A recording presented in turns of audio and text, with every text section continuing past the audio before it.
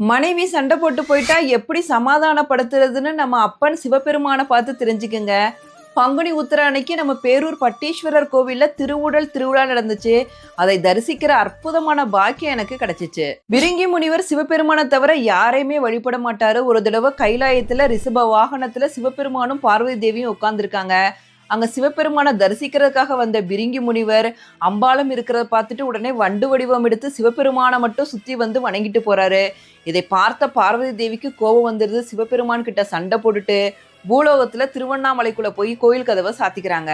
இப்ப அம்பாளை சமாதானப்படுத்தணும்ல, அதுக்கு சிவபெருமான் என்ன பண்றாருன்னா அவரோட ஃப்ரெண்டான சுந்தரமூர்த்தி நாயனாரை தூது அனுப்புறாரு.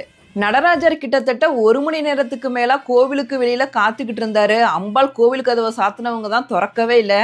சுந்தரமூர்த்தி நாயனார் தூது போறாரு. அம்பாளை சமாதானப்படுத்துறதுக்காக பாட்டெல்லாம் பாடுறாரு. அம்பாள் அதை கேட்டுட்டு என்ன சொல்றாங்களோ அதை அப்படியே எடுத்துட்டு வந்து